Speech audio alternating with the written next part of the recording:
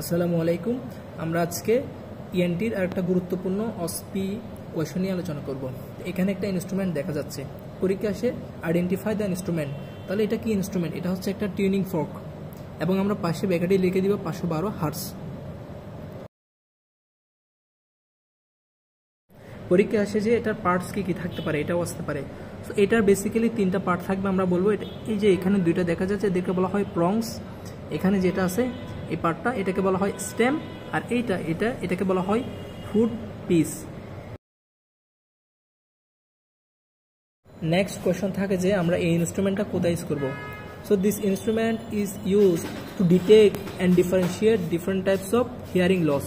Basically আমরা 3টা test এটা ইউজ করি, যেমন Rinne test, Weber test and absolute bone conduction test. Next হচ্ছে আমরা এটা কিভাবে ইউজ করব। আমি যদি রেনি টেস্টের ক্ষেত্রে দেখাই, এখন এটা একটা ধরার নিয়ম আছে। আমাদের এই জিনিসটা ধরতে হবে এখানে, এই যে এখানে আমরা যদি উপরে বা নিচে ধরি তাহলে এক্ষেত্রে কিন্তু ভাইব্রেশনটা অফ হয়ে যাবে। সো আমাদের ধরতে হবে এইভাবে। ধরার পরে আমরা জানি রেনি টেস্ট, আমরা এখানে বিস্তারিত বলতেছি না, আমরা আগে বলেছি রেনি টেস্টের ক্ষেত্রে এখানে পিছনে আমরা মাস্টার্ড বোনে রাখবো, দেন এটা সামনে আনবো। সামনে আনার পর এটা আমরা কীভাবে ধরবো এবং কতটুকু দূরে ধরবো। আমরা কি যদি অনেক বেশি দূরে ধরি তাহলে তো সাউন্ডটা যাবে না। দ্যাটস ওয়াই এটাকে বলা হচ্ছে 2 centimetre from the external auditory canal. এই যে ক্যানেল থেকে 2 সেন্টিমিটার দূরে ধরতে হবে। এবং আমরা কীভাবে ধরবো? আমরা কি এভাবে ধরবো? না, এটা ধরবো আমরা এভাবে, কারণ সাউন্ড ট্রান্সমিশনটা হচ্ছে এইভাবে হবে।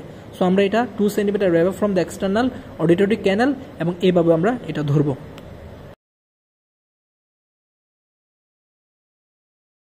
কন্ডাকটিভ ডিপনেস হলে Rinne is negative in diseased ear, Weber lateralised to diseased ear, absolute bone conduction normal.